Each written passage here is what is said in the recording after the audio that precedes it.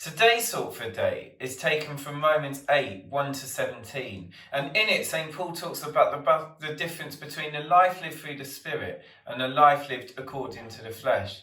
Now, in verse 5, St. Paul says, "Those who live according to the flesh have their mind set on what the flesh desires. But those who live in accordance with the Spirit have their mind set on what the Spirit desires." Now, further, he goes on in verse 7, "Those who live according to their flesh live in ways that are hostile to God, and they cannot please God, whereas those who live in accordance with the Spirit are able to please God."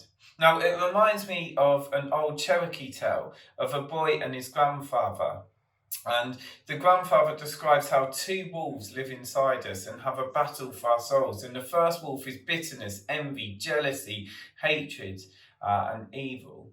And the second wolf is joy and peace and kindness and light and purity. And as they battle for his soul, the little boy asks his grandfather, "Well, for grandfather, which wolf wins?" And he says, "The one that I choose to feed." Now, isn't that so relevant for us? God has given us the gift of the Spirit of God so that we can enjoy all those wonderful things that the Spirit of God offers us. Kindness, gentleness, goodness, joy, peace, self-control. And more than that, we are able to live in a way that pleases God. But it's something that we have to choose because it's a battle.